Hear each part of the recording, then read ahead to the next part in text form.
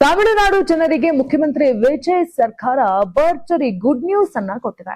ವರ್ಷಕ್ಕೆ 3 LPG cylinder ಗಳನ್ನ ಉಚಿತವಾಗಿ ನೀಡುವ ಹೊಸ ಯೋಜನೆಯನ್ನ ಸರ್ಕಾರ ಘೋಷಣೆ ಮಾಡಿದೆ. ಅನ್ನಪೂರ್ಣಿ ಸೂಪರ್ 6 ಹೆಸರಿನಲ್ಲಿ ಈ ಯೋಜನೆ ಜಾರಿಗೆ ಬರಲಿದೆ. ವಾರ್ಷಿಕ 2.5 ಲಕ್ಷ ರೂಪಾಯಿಗಿಂತ ಕಡಿಮೆ ಆದಾಯ ಹೊಂದಿರುವ ಕುಟುಂಬಗಳಿಗೆ ಈ ಯೋಜನೆಯ ಲಾಭ ಸಿಗಲಿದೆ. ಇದರ ಜೊತೆಗೆ ಆರ್ಥಿಕವಾಗಿ ದುರ್ಬಲ ಕುಟುಂಬಗಳು, ಸಣ್ಣ ಮತ್ತು ಅತಿ ಸಣ್ಣ ರೈತರ ಕುಟುಂಬಗಳು ಹಾಗೂ ಅಂಗವಿಕಲ ವ್ಯಕ್ತಿಗಳ ಕುಟುಂಬಗಳನ್ನ ಕೂಡ ಯೋಜನೆ ಒಳಗೊಂಡಿದೆ. ಹೌದು, ಈ ಯೋಜನೆಯಿಂದ ರಾಜ್ಯದ ಸುಮಾರು 1.30 ಕೋಟಿ ಕುಟುಂಬಗಳಿಗೆ ಅನುಕೂಲವಾಗಲಿದೆ.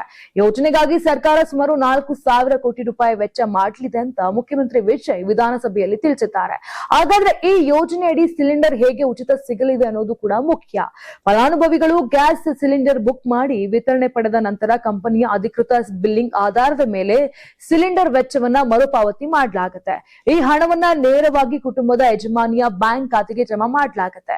ಇತ್ತೀಚಿನ ದಿನಗಳಲ್ಲಿ ಅನಿಲ ಪೂರೈಕೆಯಲ್ಲಿನ ಅಡಚಣೆ ಹಾಗೂ ಬೆಲೆ ಏರಿಕೆಯಿಂದಾಗಿ ಜನರ ಮೇಲೆ ಆರ್ಥಿಕ ಹೊರೆ ಹೆಚ್ಚಾಗಿದೆ. ಕಳೆದ 4 ತಿಂಗಳಲ್ಲಿ ಈ ಸಮಸ್ಯೆ ಮತ್ತಷ್ಟು ತೀವ್ರಗೊಂಡಿರುವ ಹಿನ್ನೆಲೆ ಬಡ ಮತ್ತು ಮಧ್ಯಮ ವರ್ಗದ ಕುಟುಂಬಗಳಿಗೆ ನೆರವಾಗಲು ಈ ಯೋಜನೆ ಜಾರಿಗೆ ತರಲಾಗ್ತಿದೆ ಅಂತ ಸರ್ಕಾರ ಹೇಳಿದೆ. ಇದರ ಜೊತೆಗೆ ತಮಿಳುನಾಡು ಸರ್ಕಾರ ಮತ್ತೊಂದು ಮಹತ್ವದ ಘೋಷಣೆಯನ್ನ ಕೂಡ ಮಾಡಿದೆ.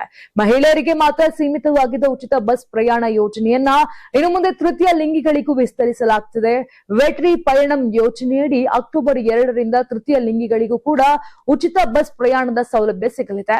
ಎಕ್ಸ್ಪ್ರೆಸ್, LSS, ಡಿಲಕ್ಸ್ ಅಥವಾ ಅಂತರ್ ಜಿಲ್ಲಾ ಬಸ್ಗಳಲ್ಲೂ ಕೂಡ ಈ ಸೌಲಭ್ಯ ದೊರೆಯಲಿದೆ.